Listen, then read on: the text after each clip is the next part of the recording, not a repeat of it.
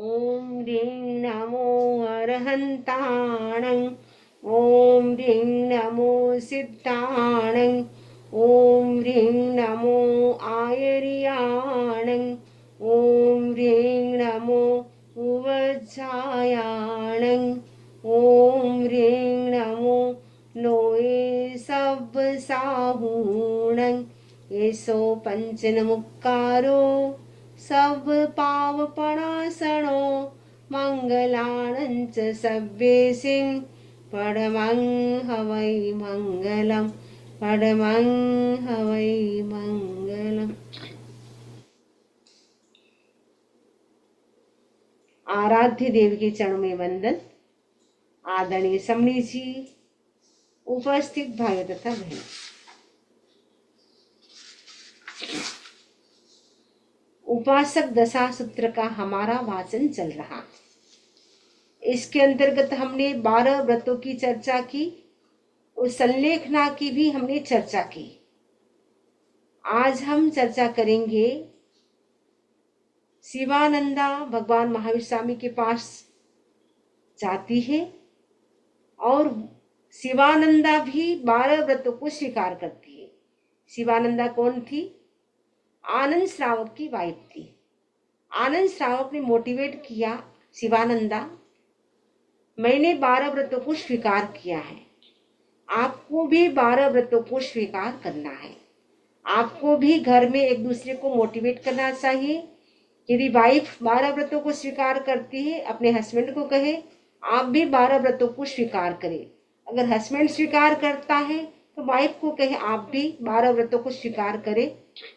आनंद कहता है, शिवानंदा ये मनुष्य भाव मिला है, ये मनुष्य भाव हमें सफल करना है। हमारे में इतनी एनर्जी नहीं है, इतनी शक्ति नहीं है कि हम साधु बन सके, लेकिन एटलीस्ट हम 12 व्रती श्रावक तो बन ही सकते हैं, श्राविका तो बन ही सकते हैं। मैंने भगवान से 12 व्रतों को स्वीकार किया है, वैसे आपको भी 12 व्रतों को स्वीकार करना है। शिवानंदा कहती है 12 व्रतों को स्वीकार करने से मुझे क्या फायदा होगा? भाई मैं 12 व्रत क्यों स्वीकार करूं? आनंद कहता है 12 व्रतों को स्वीकार करने से आश्रम का जो एवरी मोमेंट आगमन हो रहा है, यानी आश्रम के माध्यम से जो पाप हमारी आत्मा में एंटर हो रहे हैं वो उसकी लिमिट हो जाएगी। क्योंकि एवरी मोमेंट 8 कर्मों का बंधन हो रहा है, 7-8 कर्मों का बंधन हो रहा है। क्योंकि 7-8 कर्म का इसीलिए कहा जाता है, आयुष्य कर्म का बंध एवरी मोमेंट नहीं होता है, वो आयुष्य कर्म का बंध एक बार ही होता है लाइफ में। शेष 7 कर्मों का बंध एवरी मोमेंट होता है। इसलिए आनंद कहता है यदि तुम 12 व्रतों को स्वीकार कर लेगी तो काफी पापों से बच जाओगी, क्योंकि उसमें सारी लिमिट हो जाएगी। आप अगर लिमिट ड्रॉ कर लेंगे तो काफी कर्मों से, बंधनों से बच जाओगे। इसीलिए 12 व्रतों को स्वीकार करना है। दूसरा फायदा तुमको ये होगा कि 12 व्रतों को तुम स्वीकार कर लोगी तो मैक्सिमम 15 भव के भीतर मोक्ष जा सकते हो और एक अवतारी भी बन सकते हो। तो दूसरा फायदा तुमको ये हो जाएगा। और तीसरा फायदा ये होगा कि 12 व्रती श्राविका तुम बन जाती हो तो सम्यक दर्शन की भी प्राप्ति होगी। क्योंकि सम्यक दर्शन की प्राप्ति होने से ही व्यक्ति 12 व्रती कहलाता है। बिना सम्यक दर्शन के 12 व्रती भी नहीं बन सकता है। तो सम्यक दर्शन को प्राप्त करने के लिए क्या चाहिए? तो आनंद ने कहा उसके लिए आपको 9 तत्व को सीखना है। सीखना भी है, जानना भी है और फिर अप्लाई भी करना है। तो शिवानंदा कहती है 9 तत्व कौन से हैं? आनंद कहते हैं 9 तत्व हैं जीव, अजीव, पुण्य, पाप, आश्रव, संवर, निर्जरा, बंध, मोक्ष। ये 9 तत्व हैं। इनको जानना जरूरी है, क्योंकि जब तक 12 व्रती श्रावक बनता है 9 तत्व को नहीं जानता है तो 12 व्रती श्रावक भी कहलाने का अधिकारी नहीं होता है। क्योंकि वो किसकी किसका पालन करेगा, किसका संयम करेगा?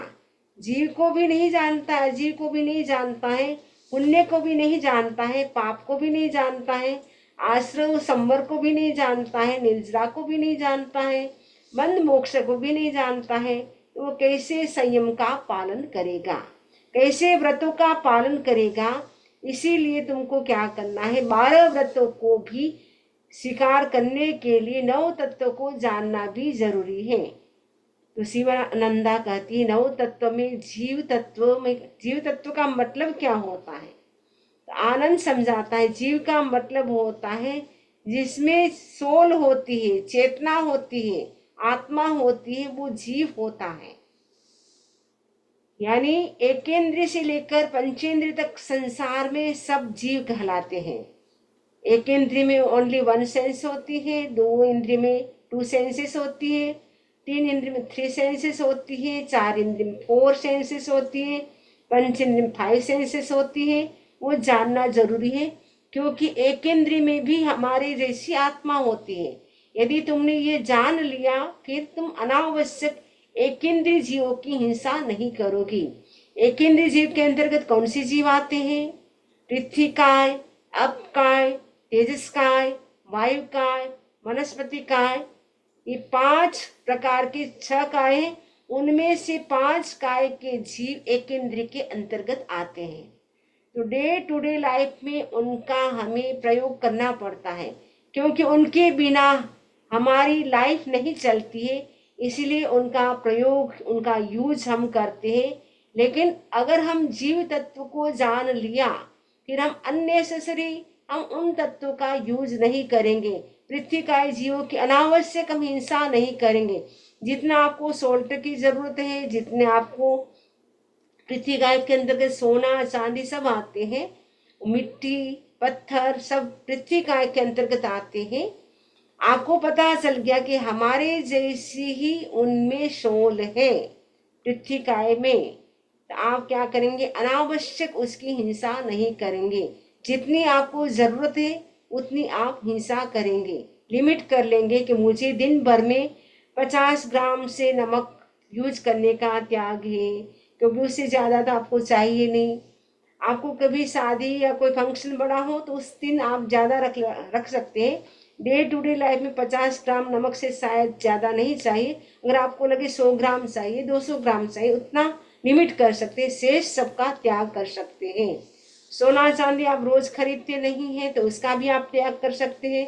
मुझे आज सोना खरीदने का, चांदी खरीदने का त्याग है, खान खुदवाने का त्याग है, खान से निकली हुई चीज़ों का आज मुझे यूज करने का त्याग है। तो छोटी छोटी जो बातें होती है उनका त्याग कब कर सकते हैं? जब आपको पता चल गया कि पृथ्वी काय में भी हमारी जैसी आत्मा है। जब तक आपको पता ही नहीं होता है, आपको लगे तो पत्थर तो हिलता नहीं है, ये तो नमक में दिखाई भी नहीं देता है कोई जीव है, गेहूं बाजरे में कोई हमें पता ही नहीं चलता है जीव है, तो आप क्या करेंगे? अनावश्यक उस पे चलेंगे, अनावश्यक उसको काटेंगे। लेकिन आपको पता चल गया कि पृथ्वी काय जीव है, आप अननेसेसरी हिंसा नहीं करेंगे। तो आनंद श्रावक समझा रहा कि जीव हमारी जैसी, जीव का मतलब उसमें सोल होती है, चेतना होती है, वो सेम हमारे जैसे एक केंद्रीय जीवों में भी होती है। यानी संसार में जितनी भी आत्माएं हैं, आत्मा सबकी एक जैसी है, लेकिन कर्मों के अनुसार सबकी आत्मा अलग अलग हो जाती है। क्योंकि किसी के कर्म बहुत हल्के होते हैं तो वो पंचेंद्रिय बन जाता है, किसी के कर्म बहुत भारी होते हैं तो वो एक इंद्रिय में चला जाता है या नरक में चला जाता है। यानी कर्म पे डिपेंड करता है, कर्म के कारण आत्मा की कैटेगरी अलग अलग हो जाती है। ऐसे देखे तो आत्मा सबकी एक जैसी है, लेकिन कर्मों के अनुसार उसकी जो क्वालिटी है उसमें थोड़ा अंतर आ जाता है। जैसे जैसे व्यक्ति के कर्म होते वैसे वैसे उनको वो गति मिलती है। आत्मा सबकी एक है, लेकिन कर्म के अनुसार कभी जीव एक इंद्रिय में चला जाता है, कभी इतने धर्म की क्रिया करता है, धार्मिक अनुष्ठान करता है, जिससे इतने पुण्य का बंध हो जाता है, जिसके कारण जीव देवगति में भी चला जाता है। कभी मनुष्य बन जाता है, तिरंज बन जाता है, उस समय वो बहुत ज्यादा हिंसा करता है, पापकारी प्रवृत्ति करता है, ऐसी पापकारी एक्टिविटीज करता है जिसके कारण उसके बहुत अधिक कर्म का बंधन हो जाता है। उसका फल भोगने के लिए उसको नरक में भी जाना पड़ता है। कभी व्यक्ति अपने परिवार के प्रति, फैमिली के प्रति इतना अटैचमेंट होता है, उनका इतना मोह होता है, जितना ज्यादा अधिक मोह होता है, मोह के कारण कहा जाता है व्यक्ति निगोद में चला जाता है। एक होती है सूक्ष्म निगोद, एक होती है बादर निगोद। तो सूक्ष्म निगोद तो पूरे संसार में ठसाठस भरी है। सूक्ष्म निगोद में भी वो एक इंद्रिय ही होते हैं। सूक्ष्म पृथ्वी का, सूक्ष्म अप का, सूक्ष्म तेजस का, सूक्ष्म वायु का, सूक्ष्म वनस्पति का, ये सब के सब निगोद हैं। तो वहां पे कष्ट किसका है? डेथ एंड बर्थ का। एवरी मोमेंट कहा जाता है नाड़ी का एक स्पंदन जो चलता है उसमें भी वो 17.5 बार जन्म मरण कर लेते हैं। और 48 मिनट में तो वो 65,536 बार जन्म मरण कर लेते हैं। उनको बर्थ का एंड डेथ का दुख बहुत अधिक होता है निगोद के जीवों को। इसलिए हम ऐसा कोई कर्म का बंधन न करें कि हमें निगोद में जाना पड़े। इसलिए हमें किसी वस्तु के प्रति, व्यक्ति के प्रति हम अटैचमेंट न रखें। ज्यादा मोह होता है वो हमें संसार में बार बार जन्म मरण करवाता रहता है। तो जो अनादिकाल से अभी तक हमारा जन्म मरण से छुटकारा क्यों नहीं हुआ? क्योंकि हमने कई बार क्रियाएं भी की, सब कुछ किया, लेकिन हमारा जो राग द्वेष था वो खत्म नहीं हुआ, हमारा अटैचमेंट था वो खत्म नहीं हुआ। इसलिए इस बार हमें मनुष्य भव मिला है, इसमें भी हम जैन बने हैं, आर्य क्षेत्र, उत्तम कुल, सब कुछ अनुकूलताएं हमें मिली है। शरीर भी हमारा निरोगी है, सब कुछ है, पांचों इंद्रिय भी हमारी परिपूर्ण है। इस समय हमें ऐसा पुरुषार्थ करना है कि अनादिकालीन जो जन्म मरण की जो परंपरा हमारी चल रही है उसको हमें ब्रेक करना है। वो ब्रेक करेंगे तो श्योर हमारा मोक्ष हो जाएगा। उसके लिए हमें क्या करना है? राग द्वेष को खत्म करना है। मोह के अंतर्गत राग द्वेष आता है, कसाय भी मोह के अंतर्गत आती है। मोह की बहुत बड़ी फैमिली है, इसीलिए मोह कर्म को किंग कहा जाता है 8 कर्मों का। तो मोह कर्म को अगर हमने जीत लिया, खत्म कर दिया, तो मोक्ष हमारा निश्चित है।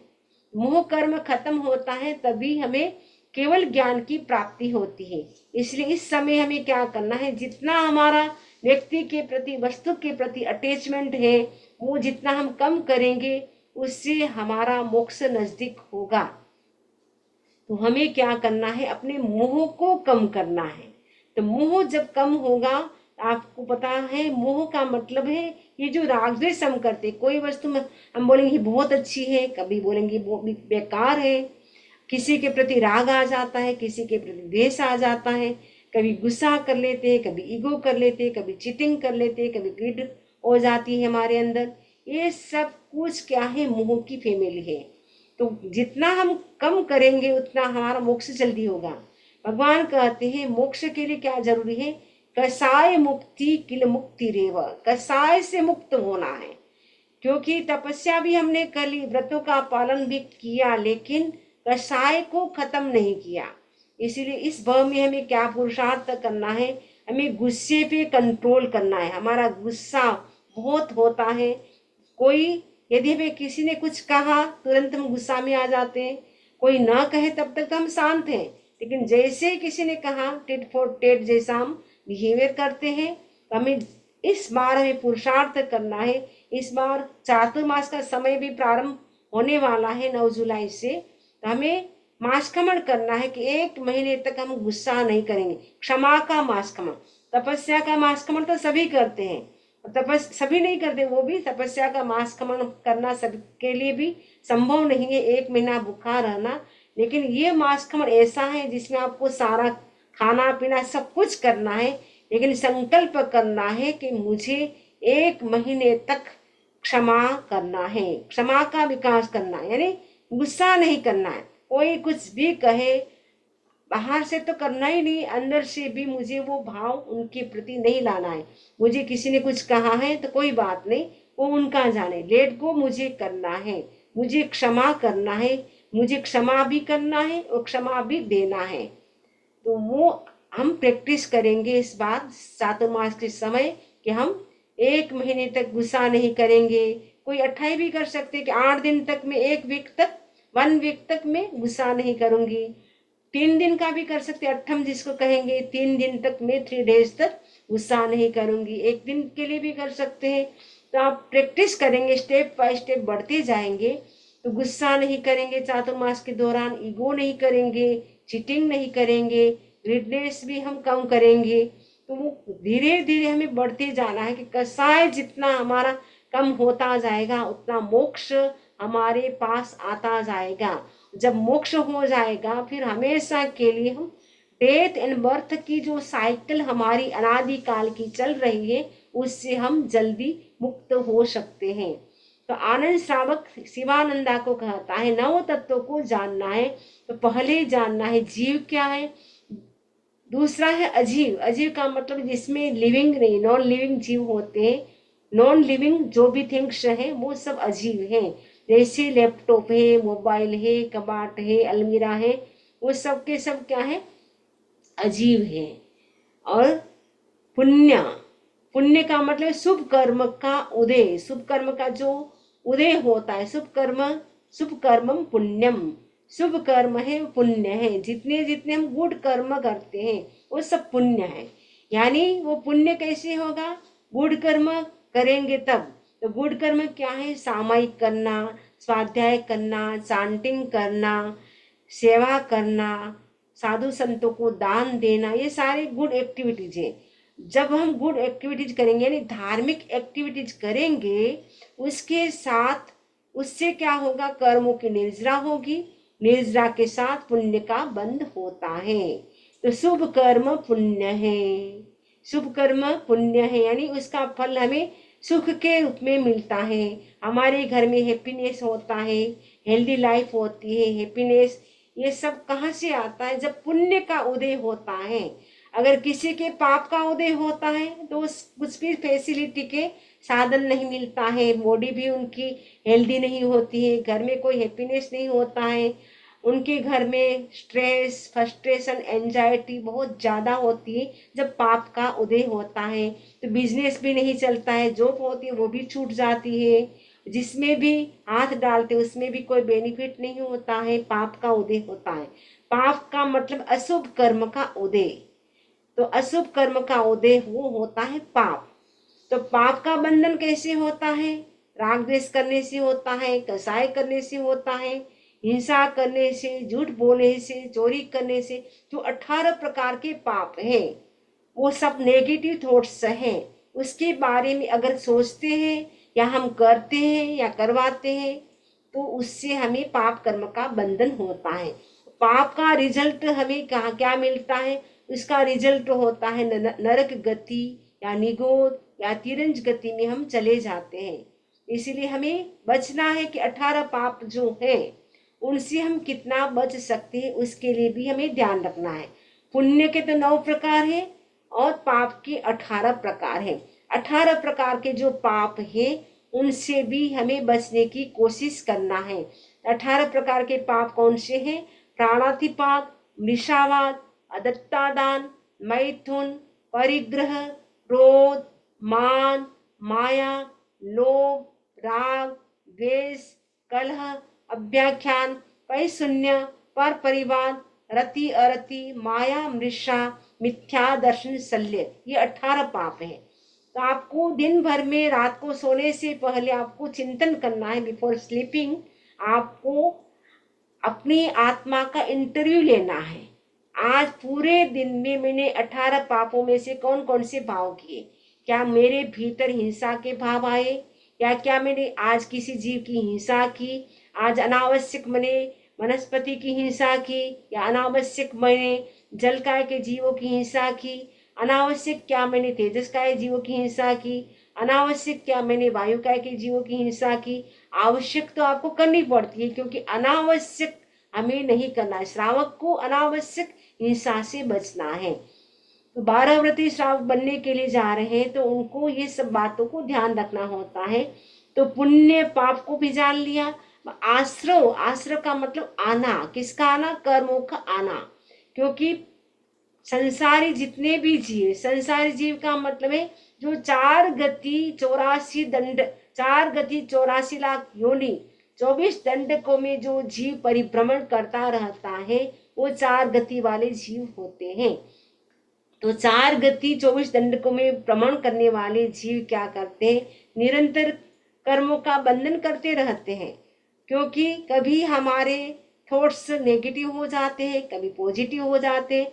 जैसे जैसे थॉट्स, जैसे जैसी हमारी भावधारा होती है वैसे वैसे कर्म का बंधन होता रहता है। आप सपोज अभी कुछ नहीं कर रहे, अभी आप प्रवचन भी सुन रहे हैं, उस समय भी कर्म का बंधन हो रहा है, लेकिन शुभ कर्म का बंधन हो रहा है। जब आप संसार के काम करते हैं, आप सब्जी सुधार रहे, आप किचन का काम कर रहे, आपके नेगेटिव थॉट से चल रहा है, उस समय अशुभ कर्म का बंधन होता है। तो संसार के काम आपको करने पड़ते हैं, इट इज माई ड्यूटी। आप उसमें इन्वॉल्व नहीं होते लेकिन ड्यूटी समझ करके करते हैं तो काफी कर्मों के बंधनों से बच जाते हैं। लेकिन उसमें एकदम अटैच होकर के आप करते हैं, नहीं मुझे बहुत अच्छी सब्जी सुधारनी, बहुत अच्छी चमकनी है, बहुत टेस्टी बनानी है, जिससे बच्चे तारीफ करें, मेरा हस्बैंड मेरी वाइफ सब तारीफ करे, तो उस भाव से आप करते हैं तो बहुत ज्यादा कर्म का बंधन होता है। लेकिन आप जब सब्जी सुधारते हैं उससे पहले खमत कामना करें, क्या करूं, मैं जानती हूँ आपकी आत्मा भी मेरी जैसी है, लेकिन उसके बिना मेरा काम नहीं चलता, इसलिए मुझे आपको काटना पड़ेगा, मुझे चमकना पड़ेगा। मैं नहीं चाहती हूँ आपको कोई कष्ट देना, लेकिन मुझे करना पड़ेगा।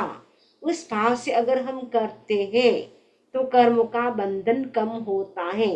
और आप एकदम अटैच होकर के बहुत मुझे अच्छा करना है, अच्छी सुधारना, बारीक बारीक सुधारना है, उस भाव से करेंगे तो बहुत निकाचित कर्म का बंधन भी हो सकता है।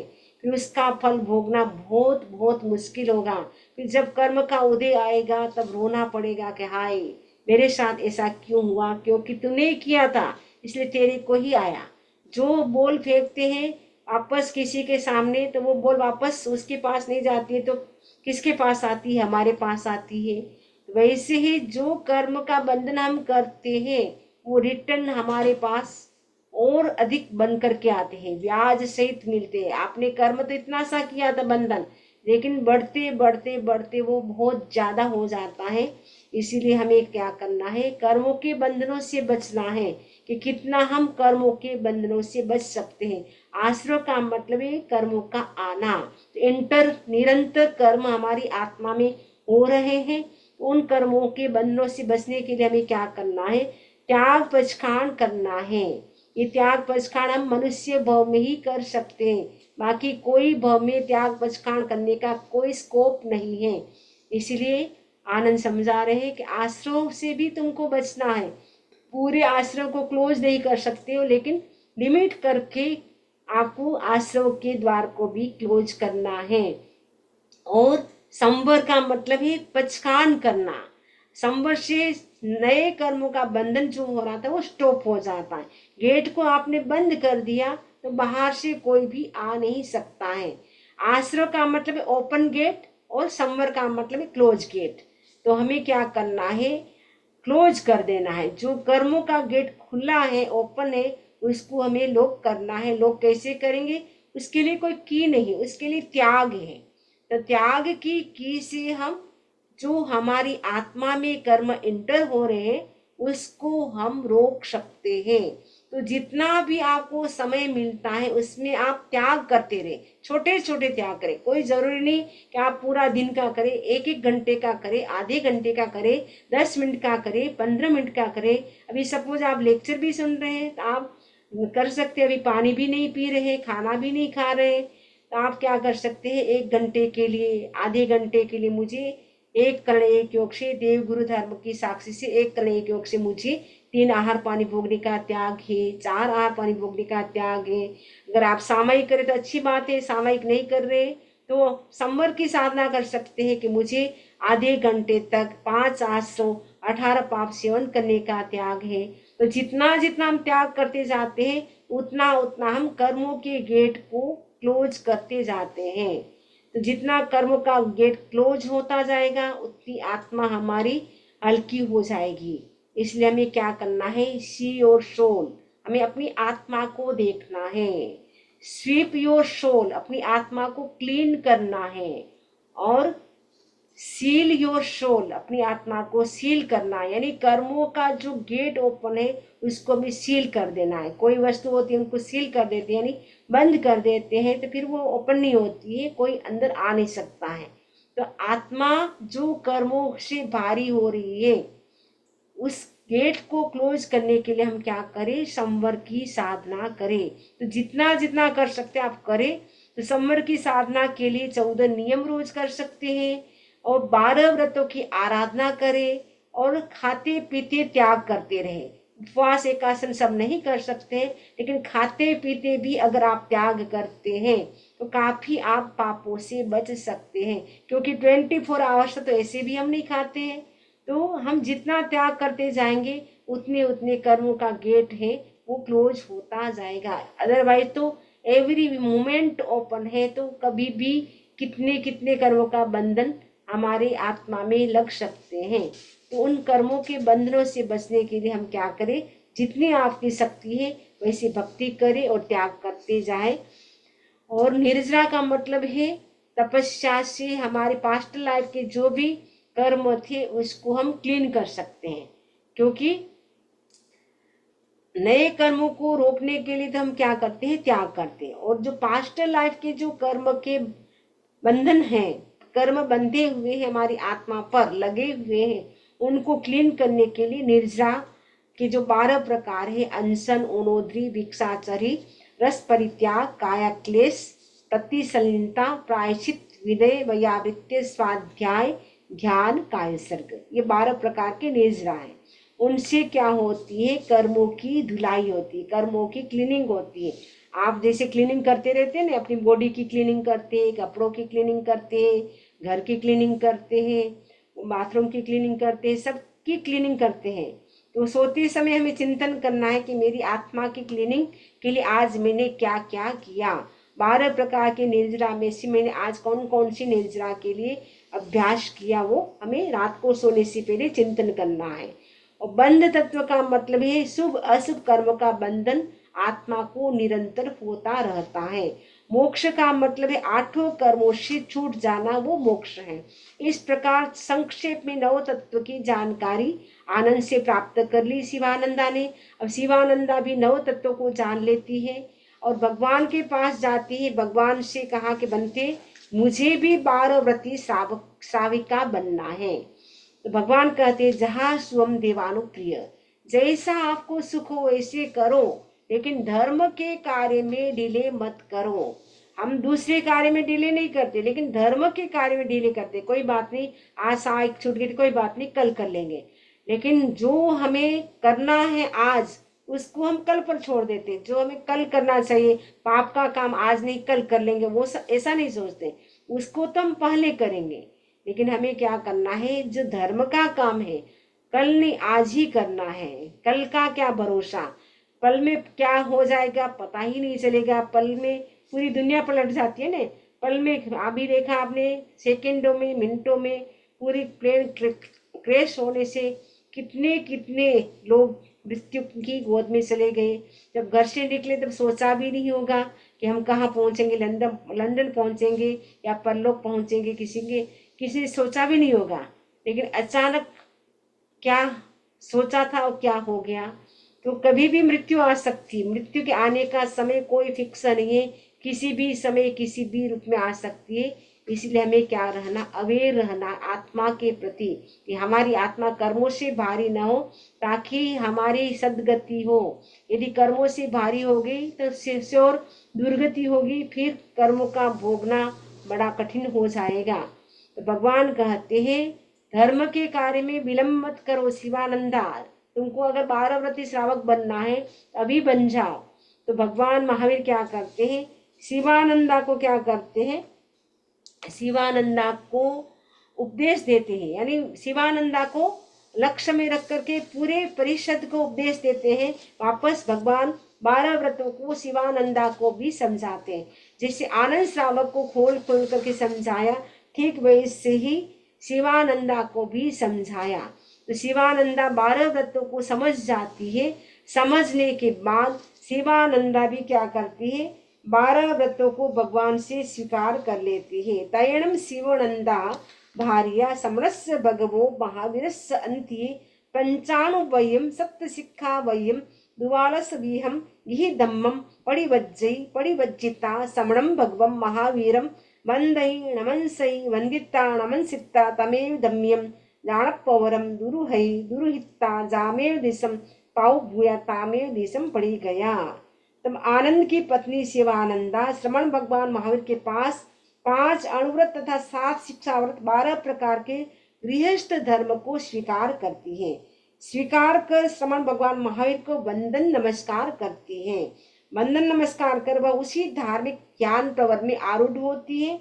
आरूढ़ होकर जिस दिशा से आई थी उसी दिशा में वो लौट गई। यानी भगवान महावीर स्वामी से शिवानंदा ने 12 व्रतों को स्वीकार कर लिया। यानी गृहस्थ के लिए 12 व्रत है, साधु के लिए 5 महाव्रत है। तो शिवानंदा कहती मैं पंच महाव्रतधारी श्राविका तो साधु तो नहीं बन सकती हूँ, लेकिन मैं श्राविका बन सकती हूँ। तो भगवान महावीर स्वामी से निवेदन किया। भगवान महावीर स्वामी ने 12 व्रतों को समझाया।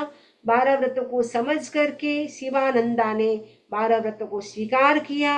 स्वीकार करने के बाद वो भगवान को 3 बार तिकुत्तों के पाठ से वो वंदन नमस्कार करती है। वंदन नमस्कार करके वो जहाँ से आई थी, अपने घर से आई थी, वापस वो अपने घर लौट आती है। अब इधर क्या होता है, भगवान महावीर स्वामी के पास कौन बैठे रहते थे, प्राय गौतम स्वामी, उनके प्रथम गणधर थे, वो बैठे रहते थे। तो गौतम स्वामी भगवान महावीर स्वामी से प्रश्न करते हैं, बनते थे भगवम गोय में समणम भगवम महावीरम वंदई नमन सही वंदिता नमन सिता एवं वयासी बहुणम बनते आनंदे समणवासी देवाण पियाणम अंत्ये मुंडे भविता अगाराव अणगार्यम पवित्ते नो इणठे समर्थे बनते कहकर भगवान गौतम श्रमण भगवान महावीर को वंदन नमस्कार करते हैं। वंदन नमस्कार करके वो भगवान से पूछते हैं कि भगवान, आनंद श्रावक अभी 12 व्रती श्रावक बना है, क्या वो भविष्य में साधु बनेगा? क्या ये अर्थ ठीक है? जो मैं कह रहा हूँ ठीक है? भगवान ने कहा ठीक नहीं है, वो 12 व्रती श्रावक ही रहेगा, वो साधु नहीं बनेगा। भगवान गौतम स्वामी कहते हैं तो फिर वो कहाँ जाएगा मर करके? भगवान कहते हैं वो 12 व्रतों की वो साधना करेगा। 12 व्रतों की साधना करने के बाद वो 11 प्रतिमा को भी स्वीकार करेगा। तो 11 प्रतिमा क्या है, उनको जानना भी श्रावक को जरूरी है। तो क्योंकि श्रावक का लक्ष्य होना चाहिए पहले तो 12 व्रती श्रावक बनना, उसके बाद 11 प्रतिमा को स्वीकार करना। तो 11 प्रतिमा में क्या होता है, उसमें किसी भी प्रकार की छूट नहीं होती है। 12 व्रतों में तो छूट रखी जाती है, लेकिन इसमें कोई अपवाद नहीं होता है, कोई छूट नहीं होती है। जिस रूप में स्वीकार करते हैं उसी रूप में उसका पालन करना होता है। तो आनंद श्रावक है वो क्या करता है, उनको लगता है कि मैंने भगवान महावीर स्वामी से 12 व्रतों को मैंने स्वीकार किया है, लेकिन जिस रूप में मुझे आराधना करनी चाहिए उस रूप में मैं नहीं कर पा रहा हूँ। क्यों नहीं कर पा रहा हूँ? क्योंकि पूरे गांव का मैं मुखिया हूँ, यानी पूरे गांव का वो हेड था। दूसरी बात, घर में भी वो हेड था, इसलिए सारे गांव के लोग भी उनको पूछ करके काम करते थे और प्लस घर के लोग भी उनको पूछ करके काम करते थे। तो इतना अधिक समय मेरा चला जाता है, जिसके कारण मैं 12 व्रतों की आराधना जिस रूप में करनी चाहिए वैसे नहीं कर पा रहा हूँ। अच्छा हो कि मैं अब अपना जो बड़ा पुत्र है, क्योंकि पहले के जमाने में कोई भार सौंपते थे, राजा भी होते थे, वो अपने बड़ा जो राजकुमार होता उनको भार घर का सौंपते थे, राज्य का। तो आनंद श्रावक सोचता है कि मेरे जो बड़े पुत्र हैं, बड़ा पुत्र है, उसको मुझे भी घर का अब जो दायित्व है, रेस्पॉन्सिबिलिटी है, उसको मुझे दे देना चाहिए। मुझे अब फ्री हो जाना चाहिए ताकि मैं धर्म ध्यान ज्यादा कर सकूं। हर गृहस्थ को ये सोचना चाहिए अब हम 60+ हो गए हैं। अब अपना जो घर का जो जो काम है उसको अपने बच्चों को दे देना चाहिए कि अब आप संभालो, अब हम अपना धर्म ध्यान करेंगे, मनुष्य बहु सफल करेंगे। क्योंकि हमारी लाइफ तो लंबी नहीं है, 60 70 80 90 100, उसके बाद तो हमको जाना है। क्योंकि इस पंचम काल में हमारी लाइफ बहुत लिमिट है, तो उसमें भी 100 साल तो बहुत कम जीते हैं। तो हमारी जितनी भी लाइफ है, तो 60 अगर हमें कंप्लीट हो गई, सारी ड्यूटी आपकी कंप्लीट हो गई है, बच्चों की शादी हो गई है, आप फ्री हो गए हैं, आपको 60+ होने के बाद सोचना चाहिए। 60+ नहीं तो कम से कम 70+ हो जाए उनको तो अवश्य ही सोचना चाहिए। क्योंकि अब हमारा लास्ट टाइम है, 10 साल 20 साल पता नहीं कितने साल रहेंगे वो पता नहीं है, लेकिन जितना समय अब बचा है अधिक से अधिक हम धर्म ध्यान करके अपना मनुष्य बहुत सफल कराएंगे, ताकि नेक्स्ट बर्थ अच्छा हो जाएगा। थोड़े समय अब धर्म ध्यान कर लेंगे तो करोड़ों वर्ष आपके सुधर जाएंगे। यदि अभी आपने नहीं किया तो करोड़ों वर्षों दुख में ही हमारा जीवन व्यतीत रहेगा। तो हमारा दुखमय जीवन न हो, कष्ट पूर्ण जीवन न हो, उसके लिए अभी से हमें तैयारी करना है। टिफिन भरना शुरू कर देना है। आपको इंडिया जाना होता है या कहीं जाना होता है तो आप क्या करते, टिफिन तैयार करते हैं, यानी अपने साथ चीजें ले जाते खाने पीने की, ताकि हमारा रास्ता है अच्छे से पार हो जाए, अच्छे से हम भारत पहुंच जाए, अच्छे से इंडिया पहुंच जाए। तो वैसे ही परलोक में जाना है, उसके लिए तो कितना बड़ा धार्मिक टिफिन तैयार करना पड़ेगा। जितना टिफिन भरा हुआ होगा तो अगला बर्थ है आपको एकदम हैप्पी वाला होगा, हैप्पीनेस रहेगा, हेल्दी होगा, और आपके घर में मन में पीस रहेगी। वो कब होगा, आपने धार्मिक टिफिन तैयार किया होगा। तो धार्मिक टिफिन तैयार करना शुरू कर दे, थोड़ा थोड़ा भरना शुरू कर दे। तो उसके लिए नवकार मंत्र की माला शुरू कर दे, मेडिटेशन शुरू कर दे, स्वाध्याय शुरू कर दे, सामायिक शुरू कर दे, और हो सके तो एकासन उपवास, वो नहीं हो सके नौकाशी पोरसी, छोटे छोटे त्याग करके हम धार्मिक टिफिन भरना शुरू कर दे। और टिफिन जब भर जाएगा उसके बाद अगर हमें जाना पड़ेगा तो हमें कोई चिंता नहीं होगी, नहीं तो हमें लास्ट में चिंता रहेगी अब हमारा क्या होगा, हमने कुछ नहीं किया, धार्मिक टिफिन भरा नहीं, बस संसार के कामों में रचे पचे रह गए। और संसार के जो भी काम करते उससे पाप का बंधन ज्यादा होता है, और पाप आत्मा पे ज्यादा ज्यादा बढ़ जाता है तो आत्मा भी ऊपर उठ नहीं पाती, वो नीचे नीचे दबती जाती है, नीचे लोक में अधोगति में दुर्गति में वो चली जाती है। फिर वहां से निकलती वापस तिरंज बनती है, वापस तिरंज गति के कष्ट भोगती है, वहां हिंसा करती है, पाप करती है, वापस नरक में चली जाती है, फिर नरक से तिरंज, तिरंज से नरक, ऐसे झूला आत्मा झूलती रहती है। उन झूला से मुक्त करने के लिए हमें क्या करना है, हम धार्मिक टिफिन भरना शुरू कर दें। तो आनंद कहता है मैंने बहुत किया, क्योंकि आनंद की उम्र थी 100 वर्ष की, तो उनमें से 80 ईयर ओल्ड हो गए थे तब उन्होंने 12 व्रतों को स्वीकार किया था, और 14 साल तक 12 व्रतों की आराधना की। उसके बाद वो 11 प्रतिमा जो श्रावक की होती है वो स्वीकार करते। तो 11 प्रतिमा को कंप्लीट करने में लगभग 5.5 वर्ष का समय लगता है। तो 5.5 वर्ष का समय उसमें लगा, और 19.5 वर्ष हो गए। उसके बाद 4-5 महीना और रहे होंगे, उसके बाद लास्ट में 1 महीने का उन्होंने संतारा किया, यानी टोटल उन्होंने 20 साल तक आराधना की। तो उसमें इतनी उत्कृष्ट कोटि की आराधना हो गई उनकी। तो मरने के बाद वो कहाँ जाएंगे, गौतम ने पूछा था। तो गौतम स्वामी को भगवान कहते हैं आनंद श्रावक मृत्यु के बाद स्वर्ग में जाएंगे, पहले देवलोक में जाएंगे, और वहां उनकी उम्र कितनी होगी, 4 पल्योपम की होगी।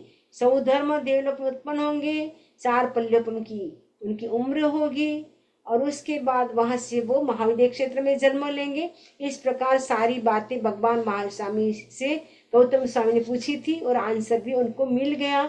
और गौतम स्वामी तो छोटी छोटी बातें पूछते थे, और उसके बीच में वो श्रावक की जो व्रत 14 साल तक पालन करते हैं, उसके बाद श्रावक का मन होता है कि मैं और आगे बढ़ता रहूं, पीछे ना हटूं। तो 12 व्रतों का सपोर्ट करने वाली और होती 11 प्रतिमा। तो 11 प्रतिमा में तो किसी भी प्रकार की छूट नहीं होती है। 12 व्रतों में जैसा भी कहा पहले कि उसमें थोड़ा छूट होती है, लेकिन इसमें जिस रूप में स्वीकार करते हैं उसी रूप में पालन करना होता है। अब आनंद श्रावक है, वो 11 प्रतिमा को भी वो स्वीकार करेगा। तो 11 प्रतिमा स्वीकार करेंगे तो वो 11 प्रतिमा कैसे स्वीकार करेंगे उसका वर्णन हम आगे सुनेंगे। इसी आशा के साथ ओम अरहम, ओम अरहम। किसी को कोई प्रश्न हो तो पूछ सकते हैं।